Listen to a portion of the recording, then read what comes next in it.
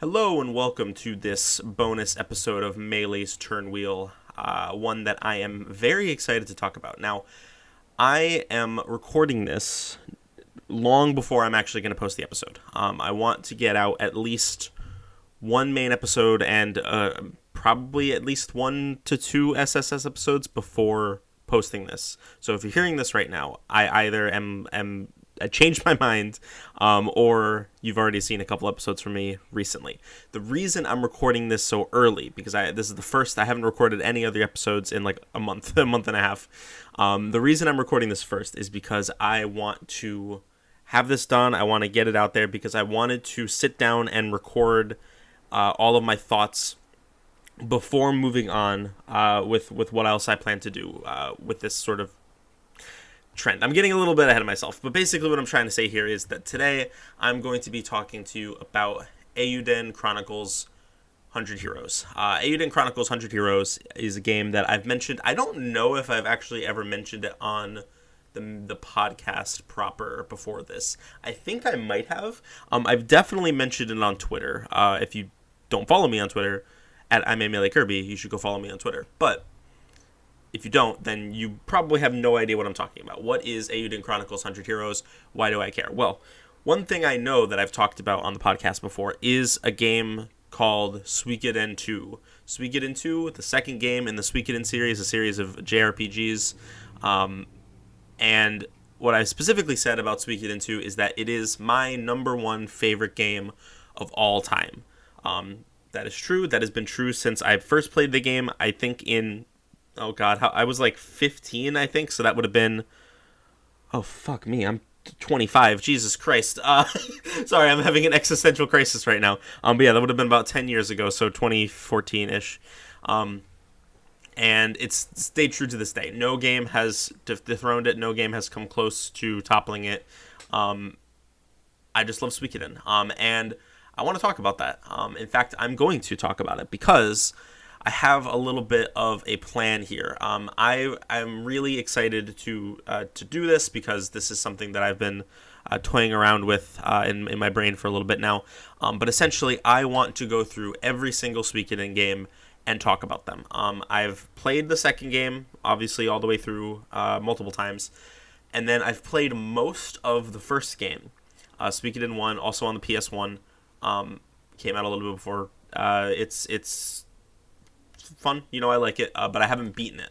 And then I haven't even touched any of the rest of the series. The remainder of the series is on the PS2, so I want to play those PS2 games as well. Before all of that, though, I want to start with Eiyuden Chronicle's 100 Heroes. Now, Eiyuden Chronicle's 100 Heroes, from now on, I'm just going to be referring to it as Eiyuden Chronicles for the sake of brevity. Eiyuden Chronicles is not a Suikoden game. It is technically, I guess, the second game in a larger duology. I don't know the full history of the series. There's Eiyuden Chronicles Rising, which seems like it's like the first game in this series, but it also feels like apparently it's not considered like a main entry. Apparently it's considered like a side or precursor to. Here, let me do some Googling. Before I start talking out of my ass. Oh my god. Wait, okay. Hold on. No, sorry. I didn't know about this. I'm doing some research, and by research I mean I'm on the Wikipedia article. But let me just read this out. Eiyuden Chronicles Rising is a 2022 action role-playing game developed by Natsume Atari and published by 505 Games. Rising is the first game to be released in the Eiyuden Chronicles series, considered to be a spiritual successor to the Suikoden series. So that kind of answers the connection there. Eiyuden Chronicles 100 Heroes is a spiritual successor in the style of the Suikoden games. The game was announced in June. This is still about Rising, though, by the way. The game was announced in June 2020 as a collaboration between multiple veteran Suikoden series developers, including series creator Yoshitaka Moriyama, who served as the director of Rising. The game was developed as a stretch goal for Eiyuden Chronicles 100 Heroes on the crowdfunding platform Kickstarter. The project's main studio, Rabbit and Bear Studios, assisted Natsume Atari in the development of Rising.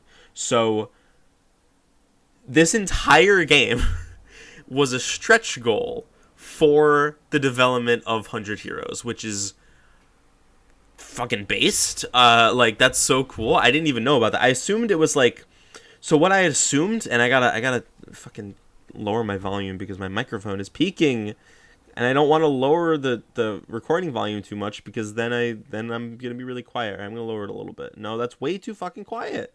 God, I hate Audacity sometimes. Is this better? Is this anything? Okay, yeah. If I'm loud, it actually shows up as loud, and if I'm trying to be kind of quiet, then it shows up as quiet. I'm trying my best here, guys. I've never been much of an audio guy.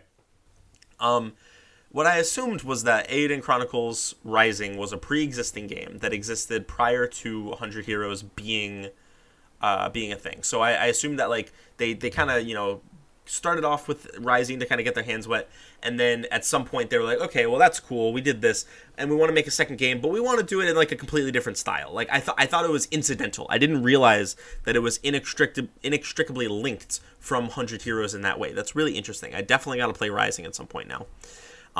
But all of this is to say that in April of 2024, Eiyuden Chronicles 100 Heroes came out, and that game is a spiritual successor to the Suikoden series. Suikoden is kind of characterized by having, I mean, there's a few things, right? The most, probably the single most defining element of the series is that every game gives you 108, I think exactly 108 in every Suikoden game, recruitable characters. Not all of them are for combat. However, most of them are. So you can use, so many different characters. You're only allowed to use 6 party members at a time.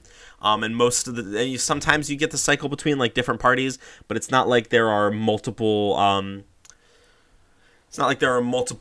like stories that you're going through at the same time. So it's really just you pick those 6, and in most games the main character has to be one of them, obviously. Although not in 100 Heroes, which we'll get to. And the entire rest of you have to use 5 slots to fit all 70 characters or whatever it is, and it adds a lot of replay value. It adds a lot of like player modulated difficulty, for example, if you want to use worse characters, or if you're like me, and this is the big takeaway, right? If you know anything about me, if you know anything about the fact that I'm doing a fucking Fire Emblem podcast, this is one of the things I love about Fire Emblem, is being able to be like, you see that guy, you see like Joe Smith, who's like a kid from his local village whose dad got killed by bandits, and now he wants to join up with you. You know that guy who shows up in like chapter 3 and then is never ever relevant to the story even a little bit again?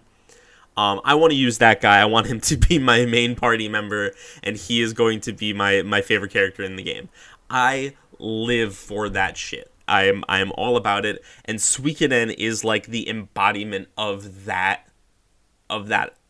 idea, and that is captured perfectly in Eiyuden Chronicles 100 Heroes. There are more than 108 in 100 Heroes. It's not exactly 100 Heroes. There are, I believe, 120 recruitable characters in 100 Heroes. So the name is a little bit misleading there. I guess that technically kind of counts as a spoiler, so sorry if you were hoping to go in on this completely 100% blind and know nothing about it. For what it's worth, I'm going to be talking a lot about 100 Heroes in this episode. I am not going to be spoiling any major plot details, but I am going to be spoiling, maybe some minor ones and, various aspects of the gameplay. So if you want to go in completely blind, then maybe skip this episode. If you want like just my basic recommendation, I would say absolutely play. If you are a fan of Suikoden already, 100,000,000,000,000,000% you need to play this game. It is not perfect by any means. I would like, I personally would give it like a 9, but like being a little bit more honest, being a little bit more realistic about it, I'd probably say it's like an 8, maybe even a 7 out of 10. But like the amount of passion, the amount of love and detail that's put into this game for Suikoden fans. There's so many Suikoden callbacks. It does such a good job emulating that feeling of playing a Suikoden game, and it stands really well as a game in its own right. If you're not a fan of the Suikoden series, well, if you don't like Suikoden, then probably don't play this. But if you just don't know anything about Suikoden, you never played a game before, this is a perfectly fine starting point. And what I really like about this game, this is going to sound kind of weird, but what I like about this game, it makes it easier to recommend, is that it's not perfect. It's not like as good of a game as it could be, because it means that this isn't a Stardew Valley situation where once you play sort of the new spiritual successor / reboot type game, it's basically impossible to ever go back to the old stuff. If you've played Stardew, like I was a big Harvest Moon fan, and then Stardew Valley came out, and I played Stardew Valley, and now it's like thanks, Concerned Ape, I can never play another Harvest Moon game again because you've just fucking made them completely invalidated. I'm joking a little bit, obviously, but I was kind of worried about that going into this game. Not so much for Suikoden 2 because, that has a very special place in my heart. But as far as the other games go, was this going to be in my mind? I was like, is this going to be a situation where I play this game and then now all of a sudden everything else is going to feel inadequate? And I don't think so, because there are a lot of flaws in this game. We're going to talk about those. But yeah, that's the gist of it. If you are interested in the game, please purchase it. I kind of dance around this a lot, but I'll just come right out and say it. I've made no secret of the fact that I am a big advocate of piracy. I think that it is it's honestly, a great way of reasserting consumer control in a world where progressively it's feeling like consumers have less and less control over, what they're able to ethically consume, right? That's a soapbox for another day, or probably not actually, because I don't I feel like I could get in trouble for that. But basically what I'm trying to say is, of all people, I would be the one that's like, if you're not sure, just pirate it and see what it is. I would be saying that shit. Please purchase this game. It is $40. That's not a cheap asking price, but it's definitely not. No, sorry, it's $50. That's it's gonna be out of your price range for some people if you legitimately cannot afford to buy it. That is one thing. But if you're able to afford the game, please just, and you think there's a solid chance you will play it, please just buy it, because I want this game to make as much money as possible. That I am agenda posting. This is my agenda. Eiyuden Chronicles 100 Heroes needs to make $1 more billion, or I will quit making Melee Terminal. Not really, but it's. I really want to see more from the series. We are never getting another Suikoden game. At this rate, it's feeling like we're not even going to get the fucking remaster, the 1 and 2 remaster that got announced like going on 2 years ago now, and we've heard nothing about it since then. But this is for us Suikoden fans. This is as much as we're going to get, probably forever. So, I have a vested interest in people supporting this series, and them making more games for sure. So yeah, that's my TLDR, a 15-minute TLDR. But yeah, just go play the game. If you're interested, if you're okay with the minor spoilers, and you want to hear me talk more about it, then stick around. So essentially what this is going to be, I hesitate to call it a review. In fact, I really wanted to call it not a review, but like, this is basically what it is. I think it would be a little bit pretentious to pretend that that's not basically what it is. I'm going to be talking about the things I liked about the game, the things I didn't like about the game that I hope they improve on in the sequel, and just in general, a lot of the stuff that I found very interesting about the game, from the perspective of being a Suikoden fan, but only from that limited perspective of being a fan of the second game and kind of the first game, but not having touched the entire rest of the series. So that's what I'm going to do here today. And then after that, my plan is to go through every Suikoden game, hopefully this year. I'm going to try to play through all of them by the end of 2024. We're already halfway through, which, God, well, maybe not quite. I think we have, because after June would be the halfway point. But yeah, we're only halfway through. So we're already halfway through. So I'm not sure how well that will go, but we'll see. So I'm going to play Suikoden 1. I've actually already started playing Suikoden 1, and that is, in fact, why I wanted to record this episode probably at least a few weeks before I actually put it up, is because I want to be able to get this out here still with the unmarred perspective of only having played, the second game and then again most of the first. I wanted that pure reaction, especially as someone who hasn't touched the series in a while. The last time I replayed Suikoden 2, at least all the way through, was like years ago at this point. I've started a couple playthroughs in the meantime, but I haven't really finished any of them recently. It definitely lags a little bit around the middle, which is kind of a bummer. But or like the I would say like end of the first act, I guess you could say, depending on how you want to consider the acts in Suikoden. Whatever, doesn't matter. But yeah, so and then once my plan, let me continue that thought, I guess. My plan is once I beat every game, I'm going to make another episode talking about each progressive game in the series. So I'll make an episode after I finish Suikoden 1. I'll make an episode after I finish my replay of Suikoden 2. I am going to be playing Suikoden 2 again.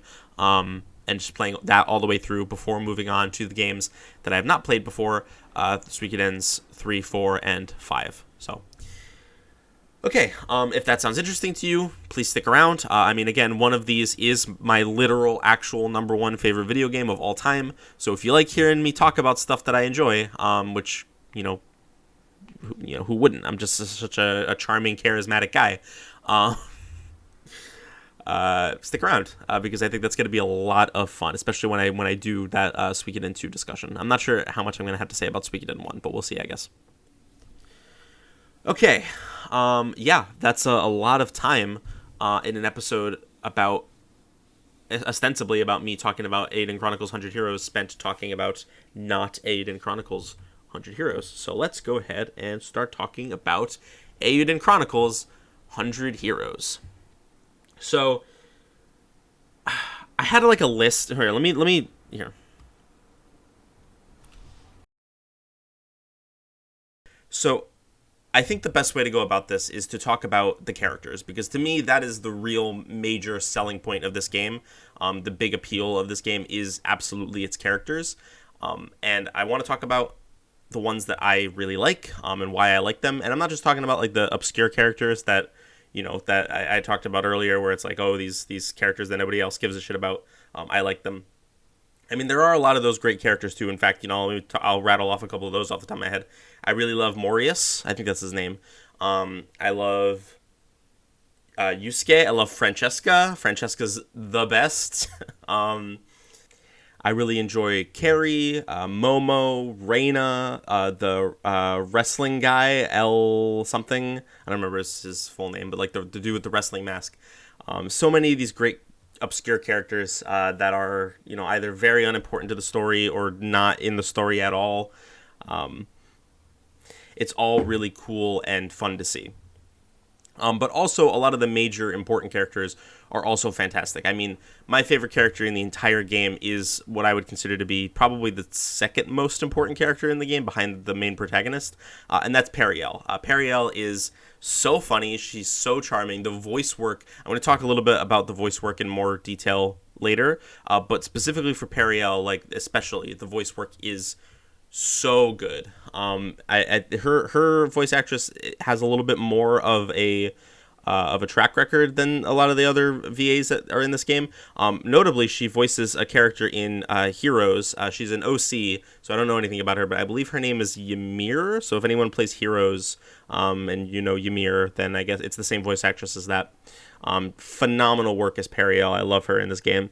I love the main character Noah. He's so good. A lot of people say, like, I've seen negative reviews of this game that try to insist that he has no personality.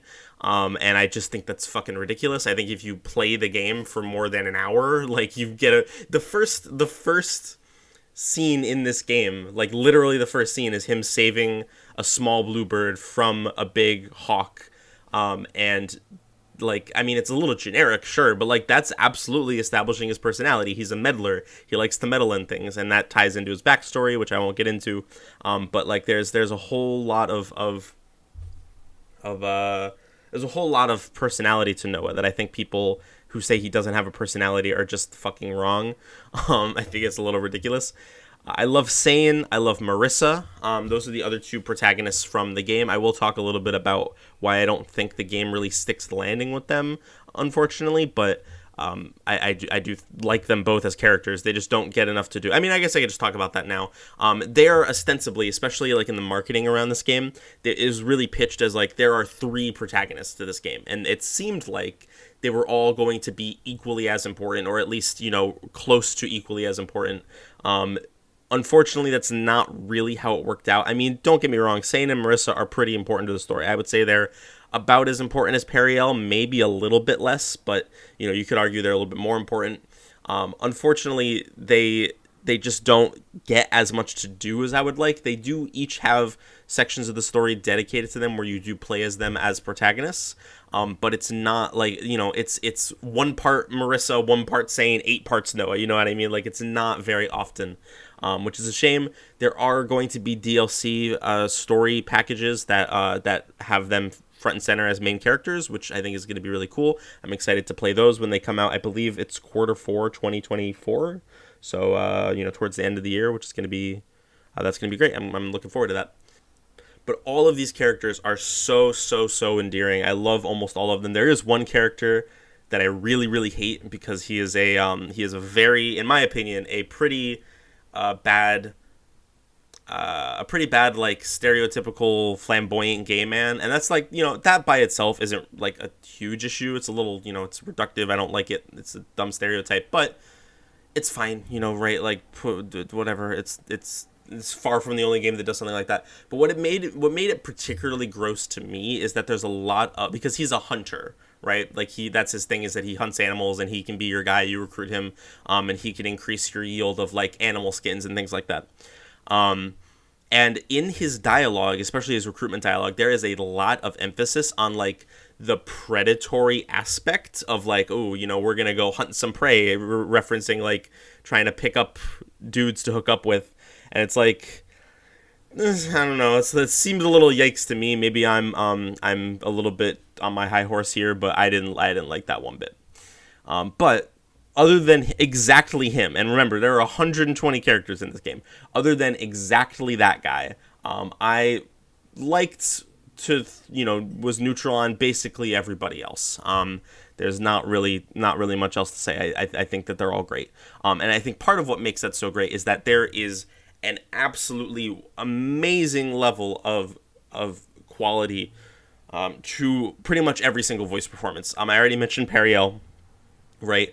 And she's definitely I think particularly noteworthy because again she has the from the voice actors I looked up, so at least like the major characters and things like that. She has, I believe, the most extensive history as a VA. She's been in a fair bit of stuff. Nothing like super huge or popular, but a fair bit of thing. Again, Fire Emblem Heroes probably being the biggest example that I can think of. Maybe there are a couple others too. I don't really remember. I don't have the voice actor page pulled up right now, but I remember her being in a fair bit.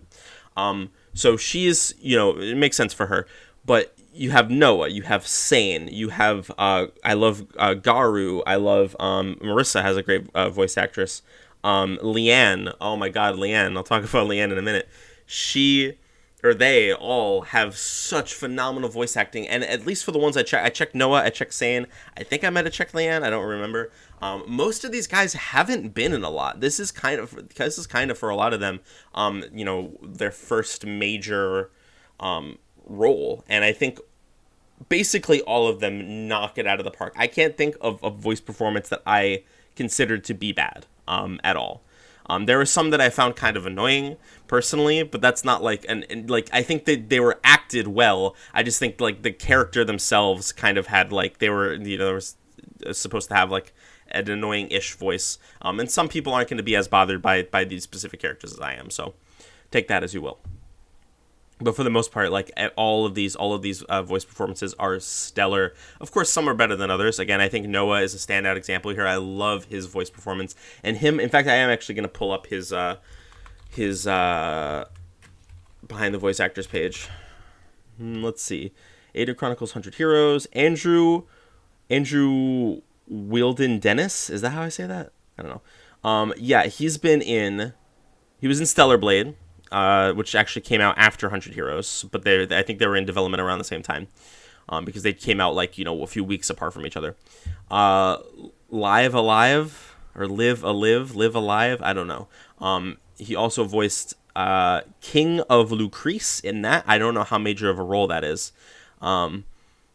And then there's some additional voice work credits on Stellar Blade as well, in addition to Kasim was the character that he apparently voiced in Stellar Blade. So that, and that's it. So he's been in three titles ever. And I mean, and one of them was 2 years ago, and I think that this knocks it. I don't know if he has like a history of acting outside of being like a film or TV actor. It's possible. But actually, it's not Andrew Tate, definitely not.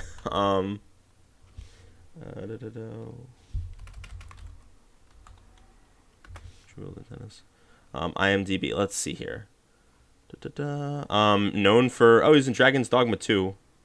That's not on Behind the Voice Actor. He was in wait, hold on.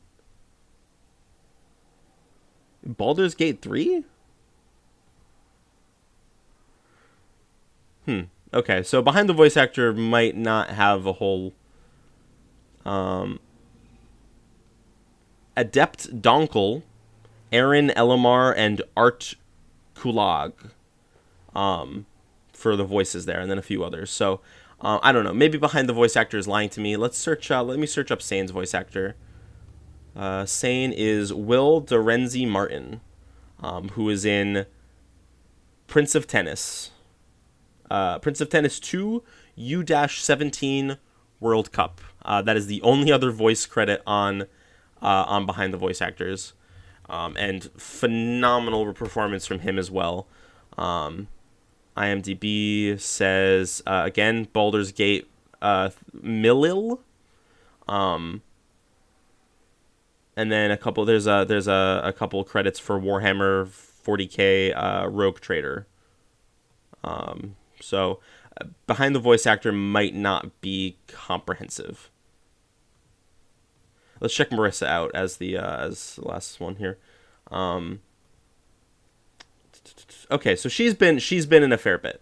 Okay. So she's been in she was an Archer, Fire Emblem Heroes as Lapis. Interesting.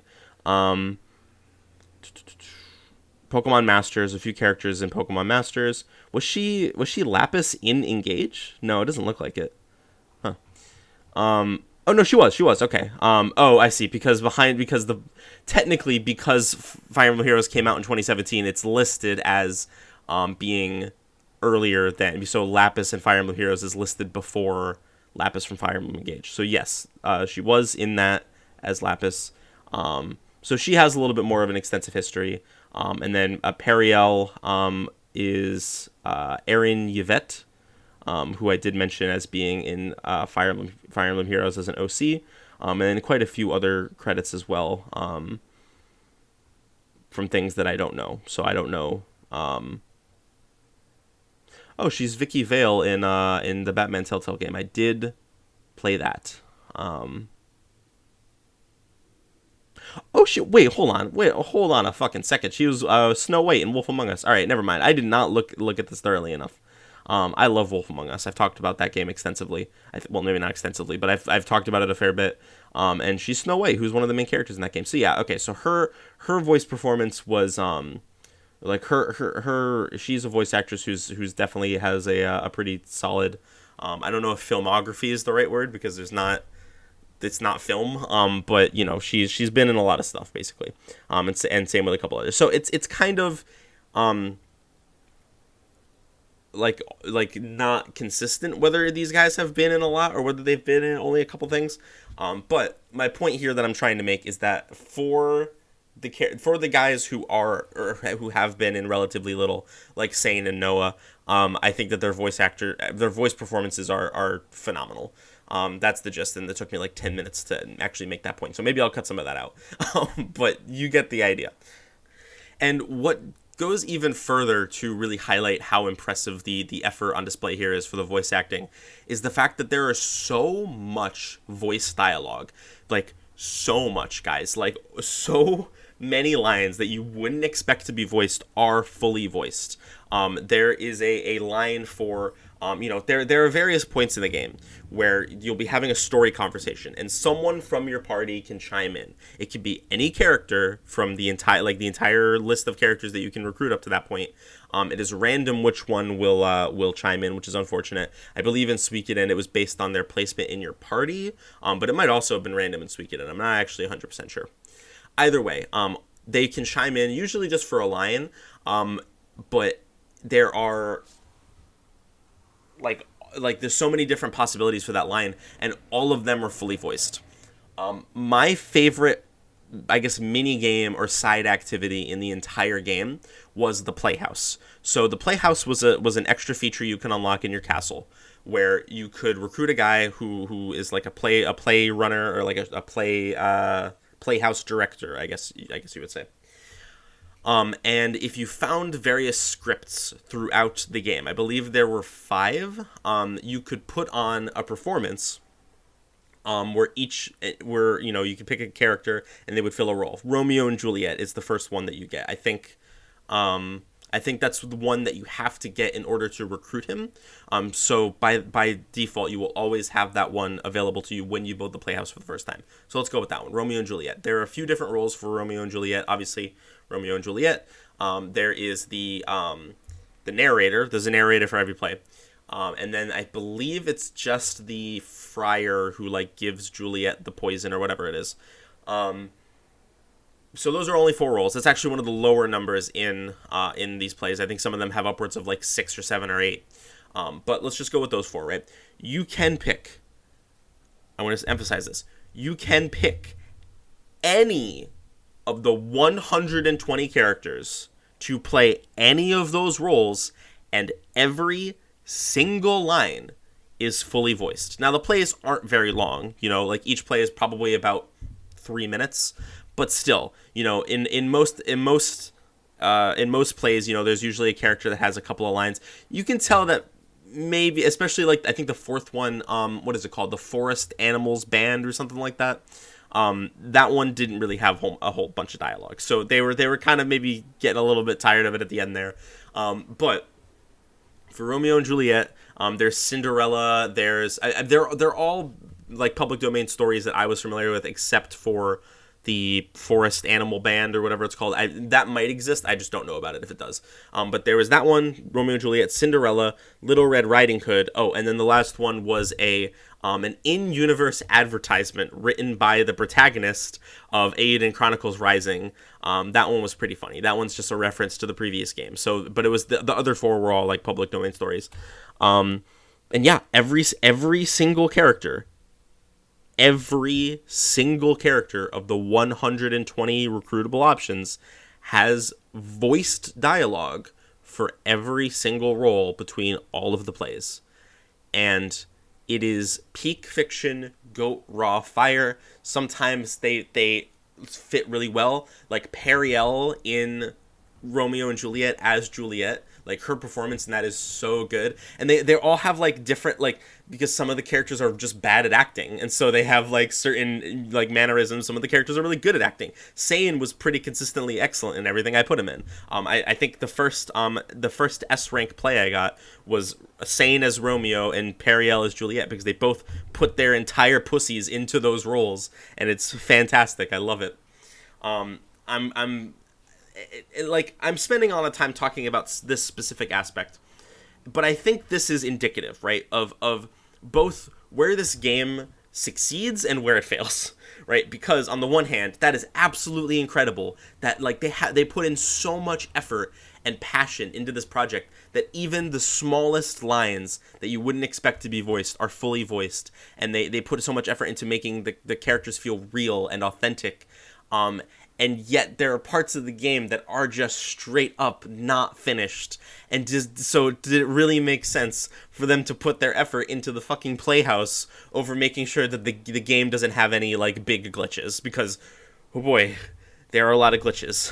None that I'm aware of that are game breaking. However, there are some that can prevent you. Not really. I think they've all been patched out at this point. But at launch, there were some that prevented you from getting the true ending because there were some that like made it difficult, if not impossible, to recruit certain characters if you did something wrong.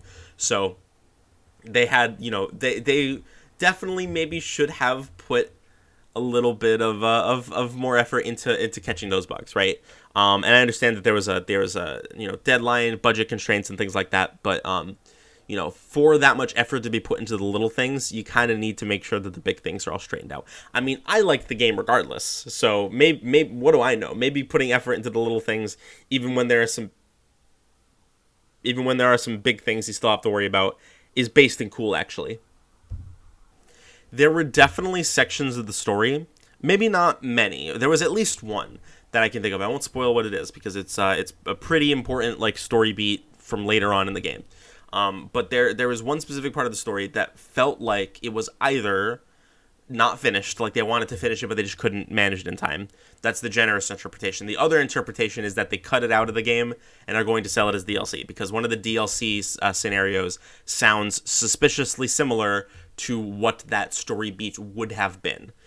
So if there was like parts of the game that they weren't able to finish in time, obviously there's a few bugs that needed to be worked out, and then there's been a lot of issues with the localization. I think localization is kind of a heavy topic. I'm personally like, I think that localization can be good. I think that like being not faithful to the Japanese script or whatever script you're localizing from can be good.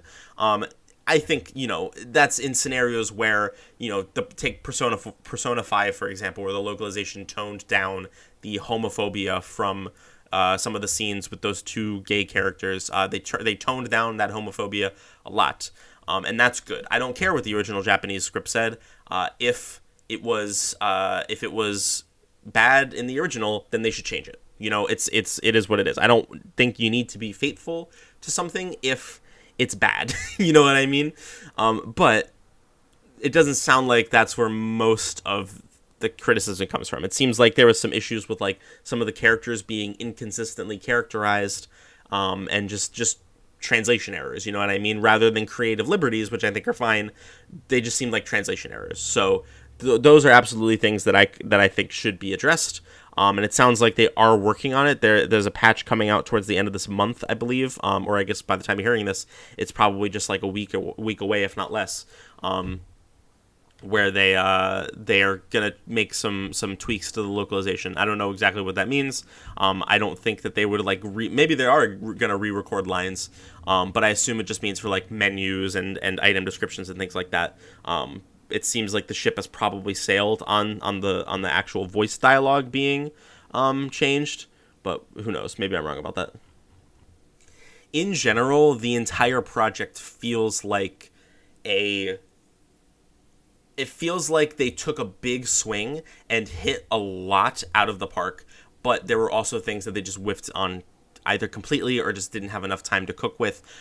The boss fights have a system. A lot of the boss fights have some kind of gimmick to them, and sometimes the gimmicks are interesting, but usually they're not. I'm just gonna say that. Like usually the gimmick is just like, okay, there's an interactable object in the battle arena, that if you have one of your characters interact with it, you get some kind of benefit, right? That's kind of cool. But like if they were gonna have an entire gimmick system, then they really should have thought about how to employ that more thoughtfully instead of just like, okay, well, if it's here, you always interact with it, and if it's not, then you just can't do anything. Like to me, that's like that's an area where they could stand to improve a little bit. There were definitely elements of, I guess, like I'll touch briefly on the story because as much as I love this game's writing, the dialogue, I think the characters are all really well written. The story is actually not that great in my opinion, which is kind of a shame. I definitely have bias for Suikoden 2, but part of me was always like unsure of how much is that like is this really a super well written game, or is it just my nostalgia talking? But when I was playing through this game, there were a lot of points where I saw something that reminded me of something that happened in Suikoden 2. And it seems like that was probably the intention, considering how many intentional Suikoden references there are in this game. And it was like, okay, well, that's basically just what happened with Suikoden 2, except in Suikoden 2 it was way better for like one reason or another. So I do think that there are some story beats and story elements that just weren't very well done. I mean, I think like I like Dukes Aldrich. I think he's a pretty okay villain, but like he's not very well characterized. He doesn't get a whole lot of big story moments. I guess technically saying that Dukes Aldrich is the villain is a spoiler, but like come the fuck on. It's like you get that reveal like a few hours into the game. It's technically you meet him before you realize he's going to be the villain, but it's pretty obvious. But he has some interesting motivations, but like he doesn't get characterized in the way that like say Luca Blight does. Luca Blight is probably my favorite video game villain, despite having like no sympathetic or interesting motivations. He just wants to be an agent of chaos. He just wants to kill the weak and let the strong take over. Like that is as boring, as basic as you can get. But Luca Blight is still one of my favorite villains of all time because of the way they characterize him. He's so intimidating. He's so evil, like comically over-the-top evil, that he makes you want to take him down so badly. He like changes the landscape of the game in multiple major ways, which I will talk about when we get to Suikoden 2 eventually, assuming that I keep going with this. But Dukes Aldrich doesn't have any of that. You know, he has kind of an interesting motivation, but other than that, they don't really do anything cool or interesting with his character, which is a shame. And there are like story moments where it's like, it felt kind of maybe not arbitrary. Like, so say there's a moment where like the good guys win, right? In Suikoden 2. In Suikoden 2, usually there's like a lot of story build up to that moment. You have you have the main characters like figuring out a strategy, recruiting characters to their cause that feel like they helped or meaningfully contributed in some way. There's a lot of variance in how they actually go about winning. Sometimes it's a straight like one-on-one fight. Sometimes it's some kind of like stealth infiltration. Sometimes they use the terrain to their advantage. Things like that. In Eiyuden, it feels sort of random on whether or not the good guys are allowed to win. It's like sometimes they win if the story is like, okay, yeah, it's about time for us to hit a triumphant story beat, so it's time for the good guys to win, without really putting in the narrative reasons why that win feels justified and earned. And likewise, if they've been doing too well for a little bit too long, it's time for them to get taken down a notch and something bad to happen to them, just because it feels like it's about time for that, and not because of anything you can point to in the world and say, yes, this is how that happened. I don't know. It's definitely a good story. I don't want to give the impression that I didn't like the story in this game. I think the major players are all great. When a story has great main characters, and major supporting characters, then you can overlook a lot of the problems with the actual narrative beats. That's always been my opinion. It's why I think Fire Emblem works so well in a lot of ways, to be honest. And it's why, at least partially, why I don't think Engage worked really well for me, because I didn't like Alear. Whereas in a game like FE7, right, which has a really bad story a lot of the time, I like Eiyuden, I like Hector, and I like Lyn. So it feels like I'm able to look past those flaws a little bit more easily. I did say I would talk about Leanne, and Leanne is a major character. I'm going to talk, in general about a couple of the major characters. I skipped over them a little bit last time, but like they're like the next rung down from the main characters, right? So Eiyuden, Hector, and Lyn, the main characters. Then we're talking about like say Marcus and Oswin, that sort of thing. And there's a lot of great characters in those as well. Leanne and Gar are both two of my favorite characters in the game. Gar is like a wolf man. He's called a Lycan. And he's like this gruff like veteran mercenary, but deep down, he has like he's like kind of like a fun uncle, where he's kind of got like an attitude, but like he never takes himself too seriously, and he's always here for a good time. Leanne is like so fucking adorable. She's so quirky and peppy.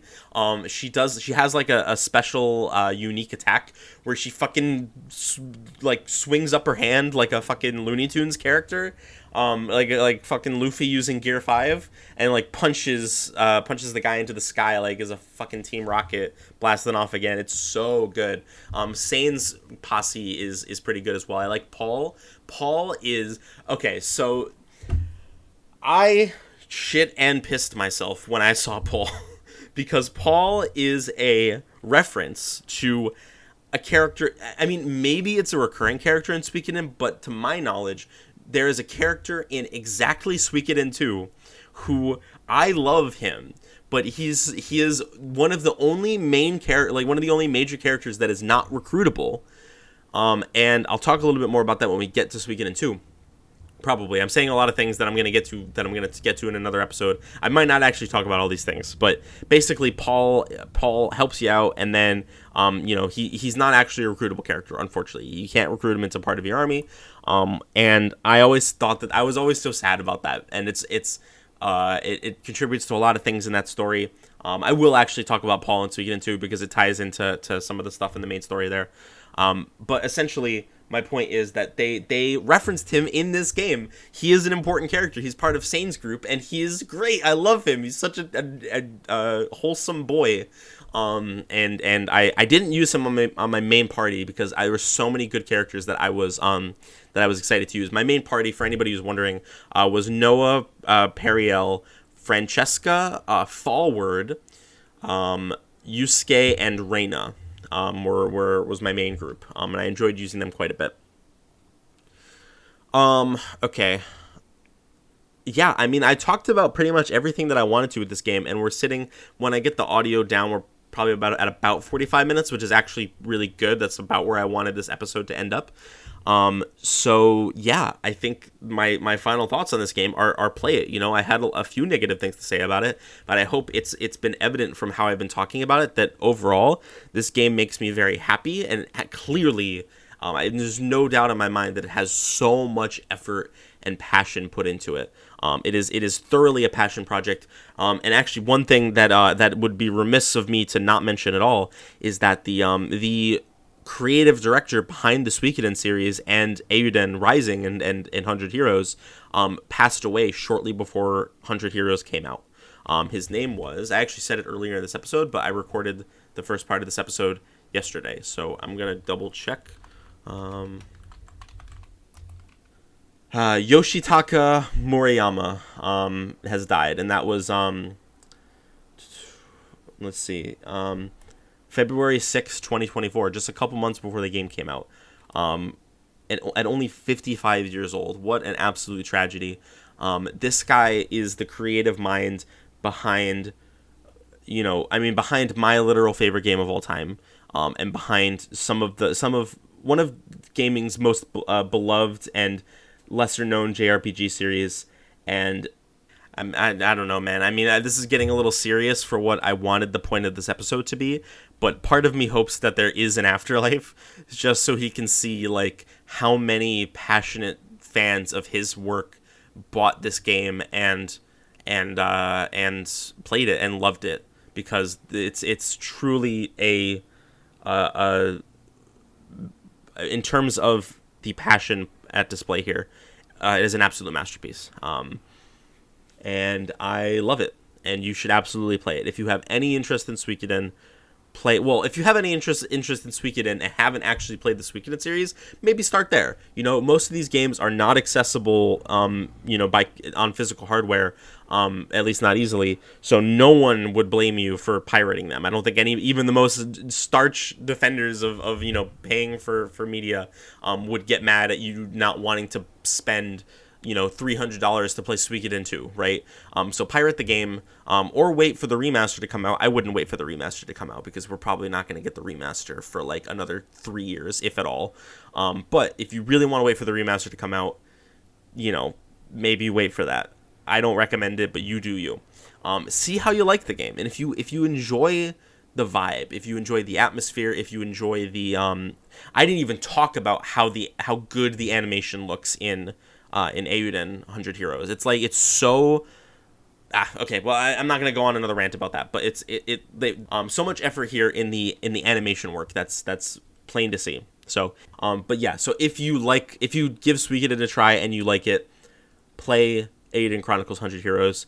I promise you that you will not be disappointed. There may be things about the game that you don't like, which is fair, but I absolutely think it's a worthwhile purchase if you are a fan of Suikoden, which at the end of the day is kind of the point of the game. And I really do hope we get a sequel. I'm hoping that Moriyama was able to impart enough wisdom to make sure that like the remaining devs are able to create a sequel here of the same level of like clear understanding of what made Suikoden so good and so enjoyable for so many people. Okay, well, thank you for listening to my ramblings for nearly an hour on this video game that most of you probably aren't going to play. I understand that. We will be returning to your regularly scheduled Fire Emblem programming soon. I'm planning on releasing this after episode 33, I think we're up to now, of the main show, as well as a couple of SSS episodes. So hopefully that happened, and then this comes out, and then we're gonna be doing some more FE7 soon. So yeah, this was just a little bit of a fun passion project in between main episodes that I wanted to do. And stay tuned if you're interested in hearing more about the various games in the Suikoden series. I'm playing through Suikoden 1 right now. Apparently it's pretty short, and once I beat that, I will talk a little bit about my thoughts on it. I probably won't be going on as long in that episode as I am in this one, both because I will progressively be running out of things to say about the series, as well as the fact that I had to do a lot of setup and a lot of explanation at the beginning here. But okay, I think that's everything. I hope you all have a great rest of your day, and I will see you all next time. Bye bye.